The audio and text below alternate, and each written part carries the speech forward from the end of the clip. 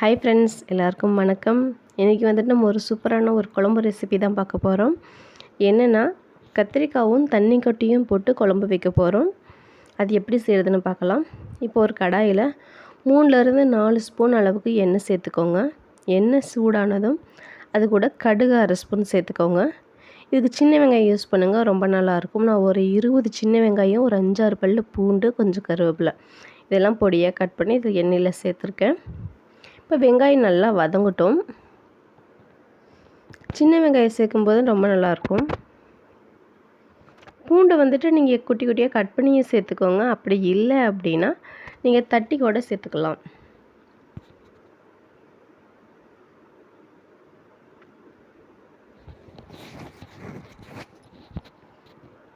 இப்போ வெங்காயம் ரொம்ப நல்லா வதங்கிருச்சு.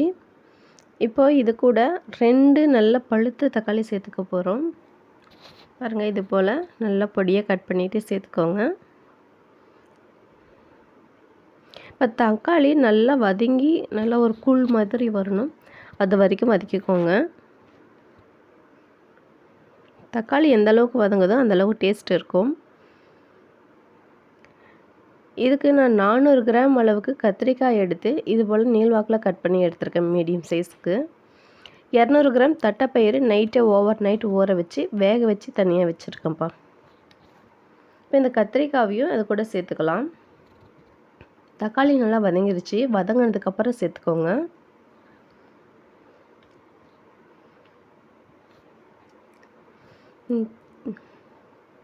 இதுக்கு மசாலா சேர்த்துக்கலாம். 2 ஸ்பூனுக்கு தனியாத்தூள், 1 ஸ்பூன் மிளகாத்தூள், கொஞ்சம் காஷ்மீரி சில்லி பவுடர், 2 ஸ்பூன் கறி மசாலா, கொஞ்சம் மஞ்சத்தூள். இது எல்லாத்தையும் இந்த கத்திரிக்காய் வதங்கினதுக்கப்புறம் இது கூட சேர்த்துக்கோங்க. இந்த மசாலா வந்துட்டு எண்ணெயில் வதங்கட்டும். அப்போ தான் சீக்கிரமாக பச்சை வாசனை போகும். குழம்பு மேலே அந்த எண்ணெய் தனியாக பிரிஞ்சு வரத்துக்கு இது போல் பண்ணால் நல்லாயிருக்கும்.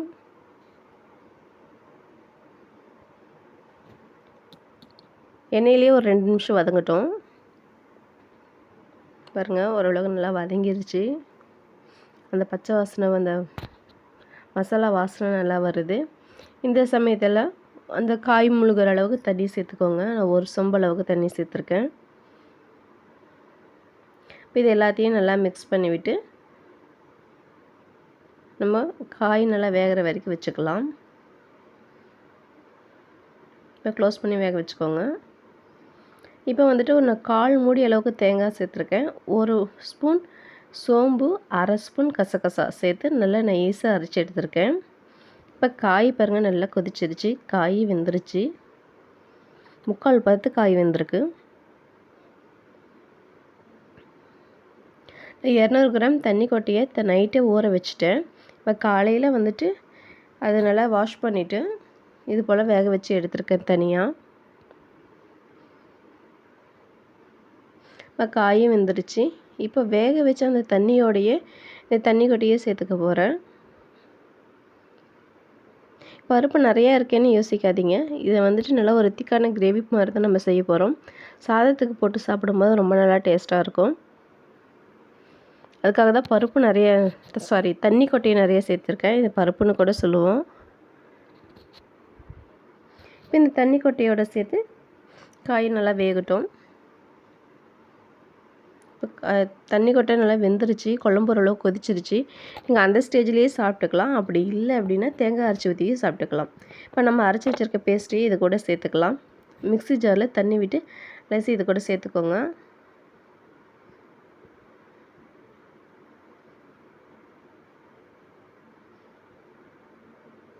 இப்போ இதை நல்லா கொதிக்க வைக்க போகிறோம். இது கூட கொஞ்சமாக ஒரு 2 பீஸ் அளவுக்கு தேங்காய் எடுத்துகிட்டு இது மாதிரி சின்ன சின்னதாக கட் பண்ணி சேர்த்துக்கோங்க. அது சாப்பிடும்போது தேங்காயும் சேர்த்து சாப்பிட்டோம்னா ரொம்ப நல்லா டேஸ்டியாக இருக்கும். அது ஒரு டிஃப்ரெண்ட் டேஸ்ட்டாக கிடைக்கும். நாட்டுக்கோழி குழம்பு செய்யும்போது கூட இந்த மாதிரி சின்ன சின்ன தேங்காய் கட் பண்ணி போட்டு செய்யலாம், நல்லாயிருக்கும் அதுவும். இப்போ குழம்பு நல்லா கொதிக்க வச்சுட்டு நம்ம சர்வ் பண்ணிக்கலாம். பாருங்கள், குழம்பு நல்லா கொதிச்சிருச்சு, எண்ணெயும் பிரிய ஆரம்பிச்சிருச்சு. இது மாதிரி குழம்பு வந்து கொஞ்சம் கட்டியாக இருக்கணும். உங்களுக்கு எந்த அளவுக்கு கன்சிஸ்டன்சி தேவைப்படுதோ அந்த ஸ்டேஜில் நீங்கள் யூஸ் பண்ணிக்கலாம்ப்பா. தேங்க்யூ.